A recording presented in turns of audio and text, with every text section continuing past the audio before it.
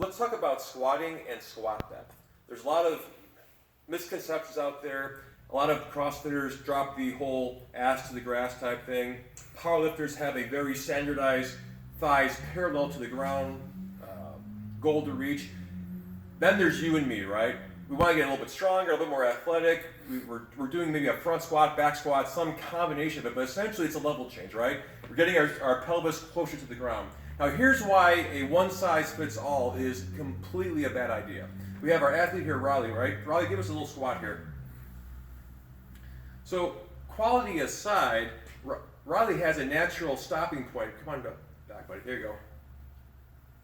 Where he can only load through his hips and control through his spine so far at this point in his training process, like all of us do. Now, we take Riley past where his natural stopping point is. Go ahead, Riley, go a little further. We get all kinds of weird compensations. But now some people would say, well, hey, let's just give him a target to shoot for, right? So we give Riley a bench and just say, okay, here's your target. Go ahead, Riley. And it's still awkward to get down there. So rather than reinforcing a bad position, let's address what those limiting factors are. Hip mobility, glute activation, better core stability. There's other things in there as well. Different video, different time. Now we have an athlete that's like Jack. We'll swap out. Nice job. Okay. Now the first thing you notice about Jack is that he's a tall drink of water. He's got longer lever arms, which mean different forces, different mechanics, different torques. Jack, give us your squat here.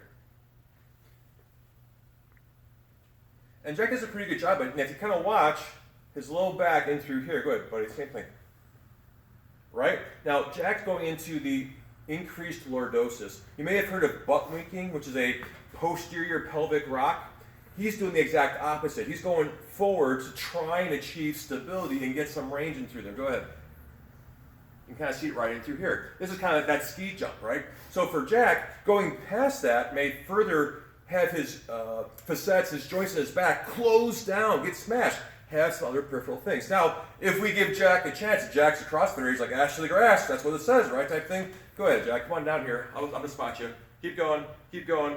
Now, right, we're losing our balance. We're seeing a bit of that butt wink sign. So the take-home message here is you gotta find what's right for you, first of all. Don't just load up a bar and go for it, not knowing what's happening back in through here. Have somebody, have an athlete, have a spotter. The second thing is start to figure out what is the limiting factor. Is it hip mobility on the backside? Is it core glute strength activation? Is it ankle mobility? Dive a little bit deeper before you load that bar and then blow something out. Food for thought.